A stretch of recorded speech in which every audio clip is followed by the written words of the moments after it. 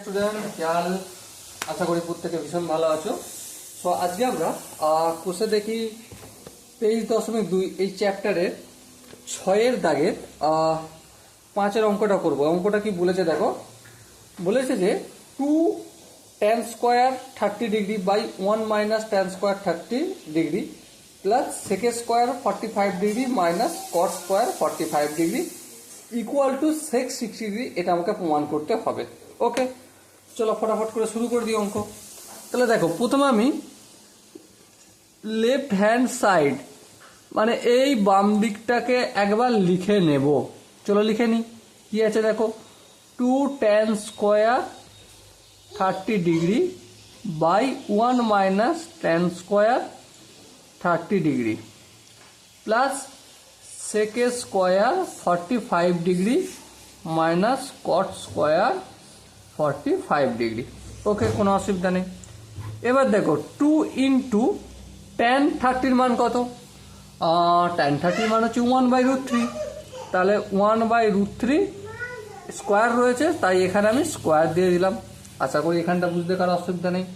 এবার দেখো এই পোর্শনটার কাজ করব। এই পোর্শনটা কি বলেছে দেখো, 1 মাইনাস tan স্কোয়ার 30 মানে কি 1/√3 এর হোল স্কোয়ার দিয়ে দিলাম। আশা করি এখানটাও কারো বুঝতে অসুবিধা নেই। এবারে দেখো sec স্কোয়ার 45, sec 45 মান আমি কিভাবে করব? ফটাফট করে এখানে রাফে করে নেই। আমি তো শুধুমাত্র সাইনেরই জানি, তাই না? আর তো কিছু জানি না। তাহলে sec 45 degree equal two 1/cos 45। হ্যাঁ ঠিক, 1/cos মানে কি? cos 45 মানে কি? cos 45 যা মান sin 45 তাই মান। তাহলে বলো sin 45 মান কত? 1/√2। তাহলে 1/√2, এটা 1 এই বড় ভাগ চিহ্নের জন্য গুণ চিহ্ন, 1/√2টা হয়ে যাবে কি √2/1। তাহলে আলটিমেট দাঁড়ালো কি √2।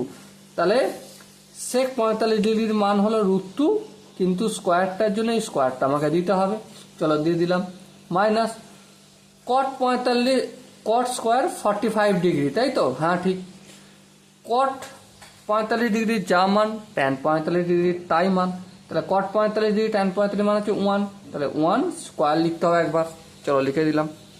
এবার ধ্যান দিয়ে দেখো, 2 ইন্টু 1-এরও স্কোয়ার আর √3 তারও স্কোয়ার, তাহলে 1/3 লিখলাম। হ্যাঁ ঠিক আছে, কোনো অসুবিধা নেই। বাই 1 মাইনাস 1/3, বলো তো এটা কি করে হলো? 1/√3 হোল স্কোয়ার মানে কি 1/3। দেখো 1-এর স্কোয়ার মানে তো 1ই হবে। হ্যাঁ ঠিক, আর রুট আর স্কোয়ার ক্যান্সেল আউট হবে। হ্যাঁ, সেই জন্য 3টা বসে যাবে। চলো করে দিলাম। এবার দেখো প্লাস √2 আর square, square root cancel out হবে। তাহলে 2 মাইনাস 1 স্কোয়ার মানে 1। চলো লিখে দিলাম। আশা করি এখানটা কারো বুঝতে অসুবিধা হয়নি। 2কে 1 দিয়ে গুণ করবো, তাহলে 2/3 হলো। হ্যাঁ ঠিক। এবার দেখো এখানটা দেখো, এই পোর্শনটা একটু কাজ করবো। 3 1 থেকে 1-এর 3 বিয়োগ করবো, তাহলে লসাগু 3, 3 1-কে 3 মাইনাস 1 প্লাস 2 থেকে 1 বিয়োগ করলে কত হয়? অবভিয়াসলি 1 হয়, সেটাই লিখলাম। এবার ধ্যান দিয়ে লক্ষ্য করো, 2-এর 3 যেমন উপরে আছে তেমন পড়ে রইল।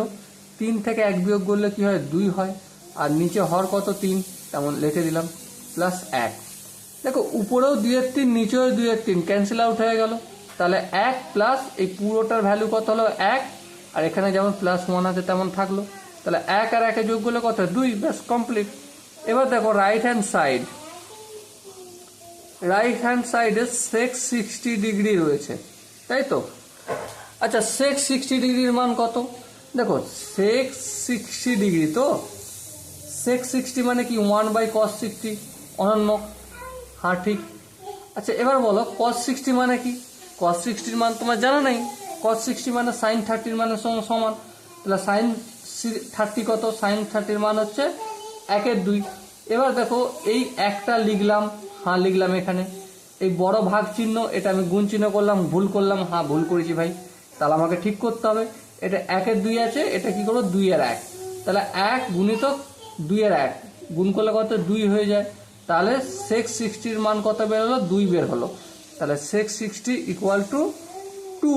তাহলে অতএব left hand side equal to 2 equal to right hand side প্রমাণিত।